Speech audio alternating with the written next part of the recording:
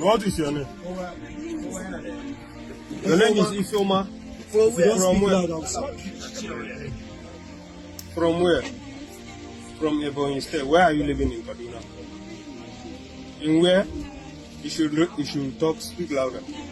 Narai, where in Narai? High cost. Who do you stay with in Kaduna? Speak louder. With your cousin? Yes. What do you do for living? I sell stuff online. You sell? Cheese online. Okay. For how long have you been doing this kind of thing that you try to do today? I can swear this my first time. We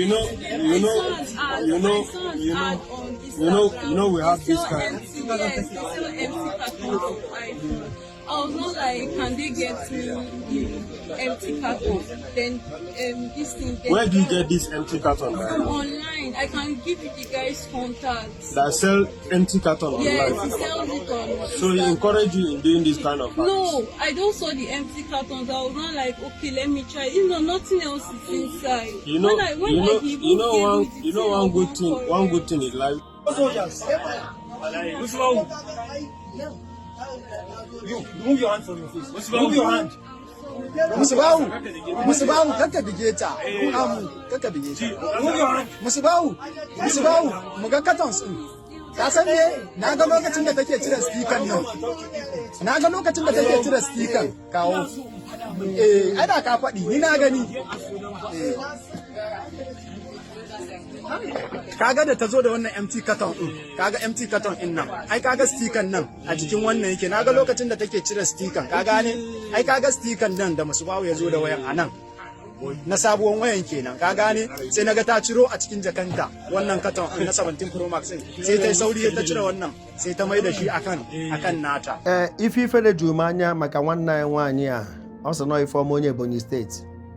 Unu fọsara ife onyonyo menụ wee fụ ebe o jere na nke ndị ugwu were na Kaduna were empty packet iPhone were replace ye nke phone dị na ya, ndị ugwu wee nwụdi ya, o ji empty packet wee jebe ndị ugwu wepụtazie nu phone, ọmụrụ na ha na-eji ọtụmọkpọ, ndị ugwu wee nwụdi ya, amụrọ m isi ya apụtakwa na ya.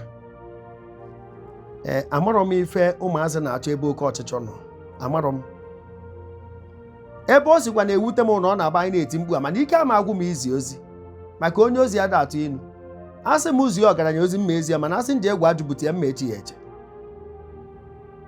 Mkpu niile anyị na-eti ụmụazị a, ọ dị ka ọ na deaf ears ka ọ na-aba. So ọrịa nwa a ga-ezu gị taa, nwa ọkarịga ịbụ maid, nwa ọkarịga ịrụ sektịrị, ma ọ bụrụzie na ego eji ezi ya na agwa dịrọ n'ife a na-amụta na soshal midia, ka ọ pụta ka o nwee ike flex ya, ka o gosi na o nwe iPhone ezuru n'ori. O zutezie ya onye nwe iPhone anọzie n'akwara nya nweje na-enwe aṅụrị, ọ nọbụrụ a curse. Maka anything na ọbụla, any proceed nwetara out of lies or deceit can never be a blessing. It's a curse. Ọ dị mwute, ọkpa afa ya ọ bụrụ onye Igbo. All generation unu asị na church is a scam, boy is a scam, Igbo house help is a scam, everything bụrụ unu scam. You people cannot be corrected. Unu adịghị above teaching, you cannot be trained. Ka azụ unu azụọ mba. Enyego m nkuzi severally wee sị, for you to be skillful and to be useful in life, it requires quality time, it requires patience, and do ife aka generational akịrị. Ịchọ ịbụ ọga, ị abụnata nwa boy, you must be trained. Ịchọ ịbụ madam, ị abụ house help, ọ bụrụ enwe ofu nwa boy esetụlụ ha, ọfịọba zụba. Na adị esetụlụ ụmụ boy, ịma ụmụ boy onye esetụlụ na trade fair, ịma ndị esetụlụ na Ogbete, ịma ndị esetụlụ na Nnewi, ka anyị jụọ sọsọ December mụ na gị na-abụrụ ka ịfụ thousands of them. Nọ nke ọjọọ ka a na-aka efesasị ka e wee discourage the young ones. Enwe ndị ka na-agba boy. Nọ ndị iberibe, ndị ofeke, ndị dị lazy. Ife unu na-akwụgharị kịta na-azụ unu azụ ọkara unu mma. Imegide spend 5 years na nga. How many years ka a na-agba boy? Isikwa nga apụta inwego dent ya family ama etinyeziri gị uche a na-eze gị eze. Ndị security obodo a na-amonitor gị. Inwego criminal record na police station. nna gị oso na wee nwe ya. Kedu ife unu ya enweta n'ife akata ọ bara unu uru? You refuse to be trained. So ịbụ boy, ịchọ ịbụ ọgị ya bụ boy, ịchọ ịbụ madam ya bụ maid. Ị nweta ọzụzụ ma ka esi ebi ezinụlọ. Dị domestically useful. Ị bụrụ nwa boy, ịmụta ife na financial discipline ka esi eme mgbakọ na mwepụ. Mana nke egoro akwụkwọ ịgbara ọbọ ibụrụ maid ka ezi ife ya bụ. Mana ọ bụrụ na ife ọjọọ, it doesn't require much time. You can dive into evil today, a graduate here. Nwa agbọghọbịa bụ virgin nkịta wee kwa ụmụ nwoke iko mmadụ ịtọ taa, ọ bụrụ gị akwụna. Ọ bụrụ gị akwụna, ọ bụrụ na ori ka ị chọrọ izu, i wee zuo ori ta ị bụrụ gị onye ori, it doesn't require na ị ga-ezu ori 6 years tupu ị bụrụ onye ori.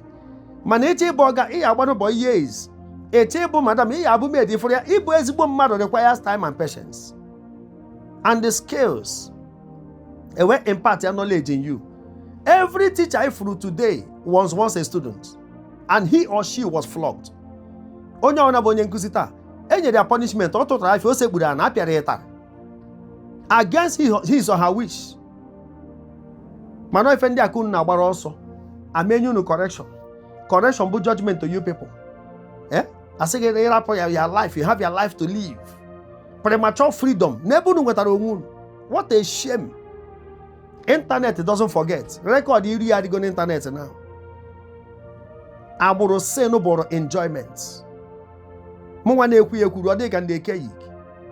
Ekweta m na Isaiah 3:10 ịkwụba aka gị ọtọ ga n'iru gị bụ iwu ka ọ bụ. Oh yes, onye na-ezigbo ozi ada atụ asị. Mụnwa na-agwa gị okwu a, ọ na m abụrụ a young man. I can enjoy all these iniquities and atrocities. Mana kedu isi ya? Osisi ọjọọ na-amị mkpụrụ ọma. What a shame. Ọ isi ya pụtakwa na nke a. Jesu mere ya ebere. Zisa n'ihe onyonyo ụmụnne m. Aha m brother Paul Jigbo ka emesịa.